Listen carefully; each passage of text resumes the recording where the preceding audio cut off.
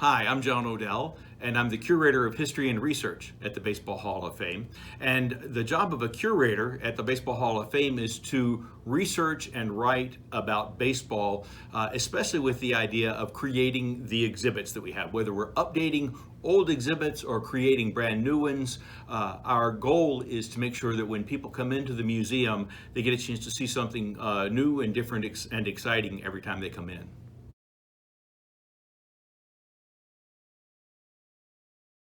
So I got to the Baseball Hall of Fame in kind of a roundabout way. I was a history major in undergraduate, and then went into the National Park Service for a while, where I was a park ranger. Later moved down to Washington, D.C., and worked in the U.S. Senate in the curator's office there. While I was there, I got my master's in museum studies from George Washington University. And then after I had about 14 years in the field, I found out about a position here in Cooperstown and thought, gee, I love baseball, I love museums, maybe this would be a match. And that was back in 1999, so I've been here for more than 20 years now.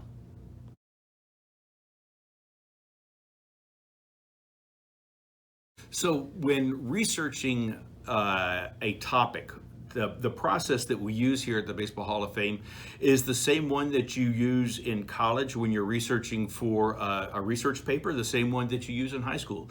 And it's that you go to the basic sources of information first and then hone down till you find what is the most important salient point, the most important point that you're trying to get, and then learn as much as you can about that, because once you do that, it expands back up into a story that you can tell. And really, that's what museums are all about, is telling stories. And when you can find the story, when you can find the hook, that's when you know you've got it right.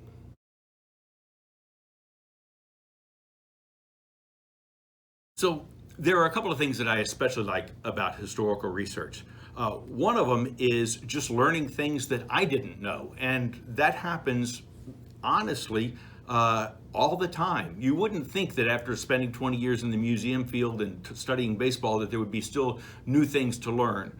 But there really are, and that's true of any topic. You know, as the more you learn, the more you realize there's more to learn. So the other part of historical research that is terrific is when you think you know something and you find an artifact or a story and you get into it and you find out that, oh, we thought we knew something about this artifact, but there's even more there, that we thought we knew the whole story, and this artifact actually has a much better story, that now that we have access to online newspapers from the 19th and early 20th centuries, we can go back and find out more than came in with that artifact when it first came in, and things that people, when the artifact was accepted here at the Baseball Hall of Fame, we didn't even know. And that's one of the great things, new discoveries about old artifacts.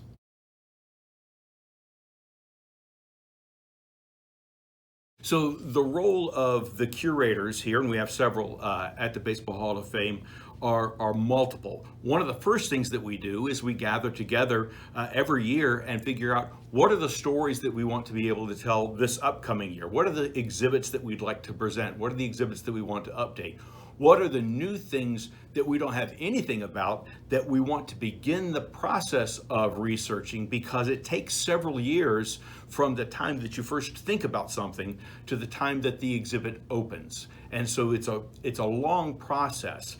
And then we as curators find the stories and then figure out the best artifacts for those stories in order to tell them. Once we've done that, we write the scripts up and then turn it over to our exhibits department. They actually work hand in glove with us this whole time.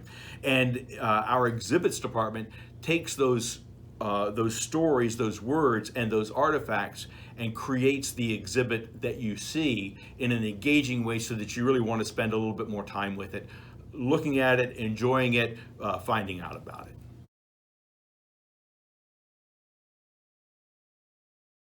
The most important thing about an exhibit is that we start at the Baseball Hall of Fame, we start with the idea and the story.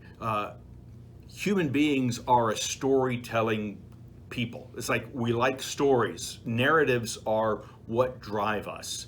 And so if you've got the right story, you can find interesting artifacts that you might not have thought about before as ways of telling that story. That's as opposed to if you start with artifacts, you might end up missing large holes in the story if you're focused too much on the 3D item. So we start with the story, and if that means that we've got to figure out new, creative, unusual ways to illustrate that story with artifacts, then that just means we have to work a little bit harder. But the story is always premier. That's where you've got to start. If you start anyplace else, you might have something that's cute, you might have something that's a display, but you won't have yourself an exhibit.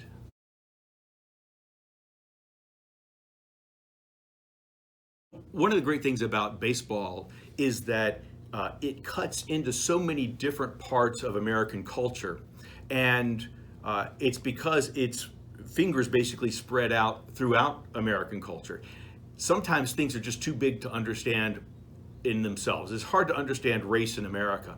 But you can look at this little ball of baseball and see how race in America played out in baseball. And that's one of the things that we do in our Ideals and Injustices exhibit, is show that there was something that was going on in baseball, but it was not isolated to baseball. It was part of a larger America.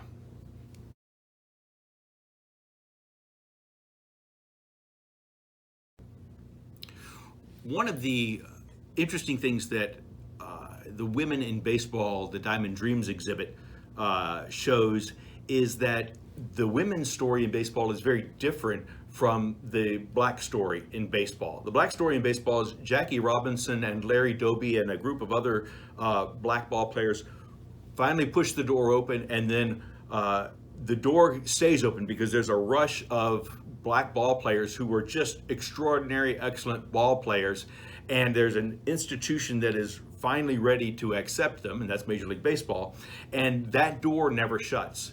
As opposed to that, the story that we tell for women in baseball is one of an ebb and a flow. That is, sometimes women have been allowed to come into the game and they've made a big impact on the game. Think like the All-American Girls. But then when the All-American Girls Professional Baseball League shut down, there was no place for women in baseball. And so the door closed back down. People like Maria Pepe opened it back up, and then it closed back down again. And so it's been an open and shutting kind of thing over time.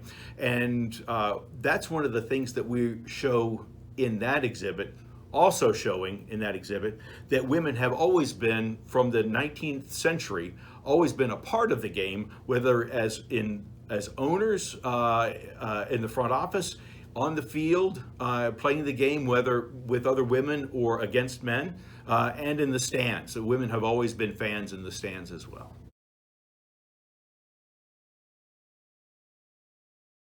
One of my favorite artifacts that we have here at the Baseball Hall of Fame is actually in our Diamond Dreams Women in Baseball exhibit. It's a ball cap that was worn by a young girl named Maria Pepe, who, when she was 12 years old in Hoboken, New Jersey, wanted to play baseball on her Little League club.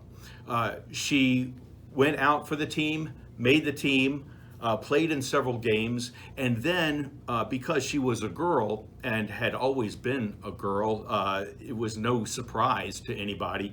All of a sudden, Little League Baseball decided that girls couldn't play baseball. And so they told the entire Hoboken Little League that she had to stop playing baseball or they would shut the entire league down. So she was allowed to keep her cap, but she had to quit the team. She ended up taking that case to court and won, but not until she had outgrown Little League and was too old to play. So today, girls who can play in Little League baseball and also softball, but girls who can play baseball is in large part due to this young woman who simply loved baseball and wanted to be able to play.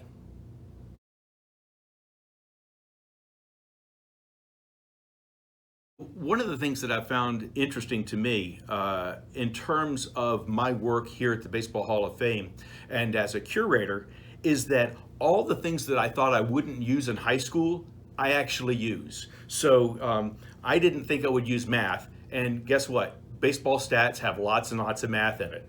I didn't think I would use science, But guess what? There's a lot of science in baseball. There's a lot of physics in baseball. I didn't think I would use English because I love history, but it turns out I need to know a lot of English. I need to know a lot of grammar. I need to know how to write. I knew I loved history, and and in fact, I do get a chance to use that. But all of the things that I thought were stupid things or that I would never use, I end up using almost all the time. So it really pays attention, pays off. It really pays off to pay attention in all of your classes and recognize that you may not know how they're going to factor in the future, but they just might well in ways that you would never expect.